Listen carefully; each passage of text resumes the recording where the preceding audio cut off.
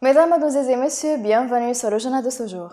Le Comité suprême de lutte contre l'épidémie de corona s'est déclaré prêt à coopérer pleinement avec l'Organisation mondiale de la santé de la lutte contre la pandémie de corona. Cela est venu lors d'une réunion élargie qui a réuni le chef d'état-major général président du Comité suprême de lutte contre l'épidémie de corona, le lieutenant général Abdelrazak Nadouri, avec le représentant de l'Organisation mondiale de la santé OLEPI, Elisabeth Hoff, en présence des secrétaires de la santé de coordinateurs pour l'organisation OLEPI et coordinateur Organisation mondiale de la santé à Benghazi, où Nadouri a apprécié les efforts de l'Organisation mondiale de la santé et de ses employés pour leurs efforts distingués dans la lutte contre l'épidémie, exprimant la volonté du comité de surmonter toutes les difficultés qui entravent le travail de l'organisation dans la domaine de compétences du comité suprême. Pour sa part, Hoff a présenté un résumé du travail le plus important de l'organisation OLEPI qui comprend un plan unifié pour répondre à la pandémie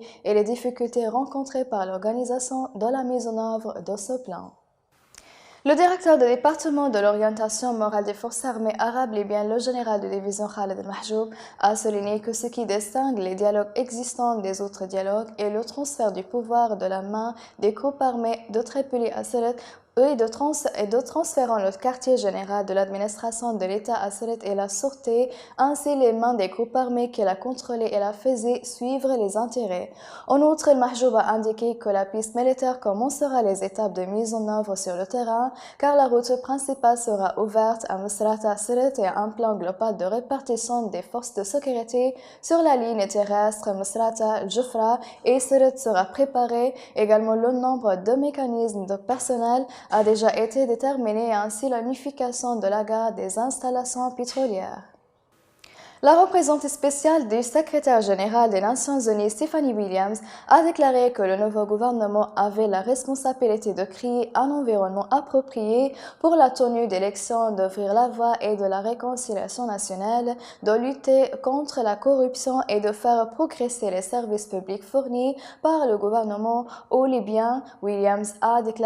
également expliqué que le président que le principal objectif du programme politique national est de renouveler la légitimité politique par la conduite d'élections nationales transparentes et équitables dans un délai clair et convaincu. En outre, elle a ajouté les Libyens partageant une vision nationale pour sortir leur pays de la crise actuelle qui est à la phase de programme politique national, que ce programme commence par la formation d'une autorité exécutive unifiée qui continue la route vers les élections et se termine par des élections démocratiques qui mettent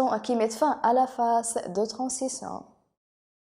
Le ministère de l'Éducation du gouvernement libyen a annoncé qu'il avait approuvé les résultats des examens de fin d'études secondaires pour le premier cycle de l'année scolaire 2019-2020 et le ministère a déclaré dans sa déclaration que le taux de réussite au lycée atteignait 86,2%, où le ministre de l'Éducation, le Dr Fawzi Boumrez, a exprimé ses sincères félicitations aux étudiants et que ceux qui n'ont pas réussi ont encore une chance de rattraper leurs collègues.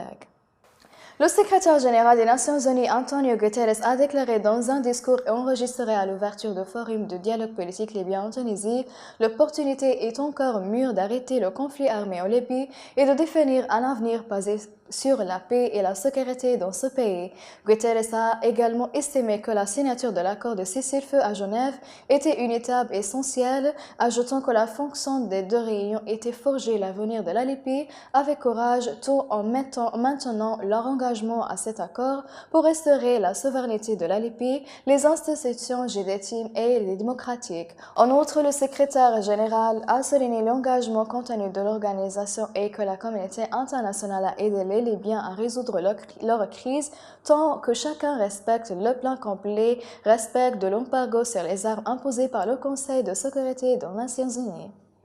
Mesdames et messieurs, la fin des résumés. Merci de m'avoir attiré votre attention et au revoir.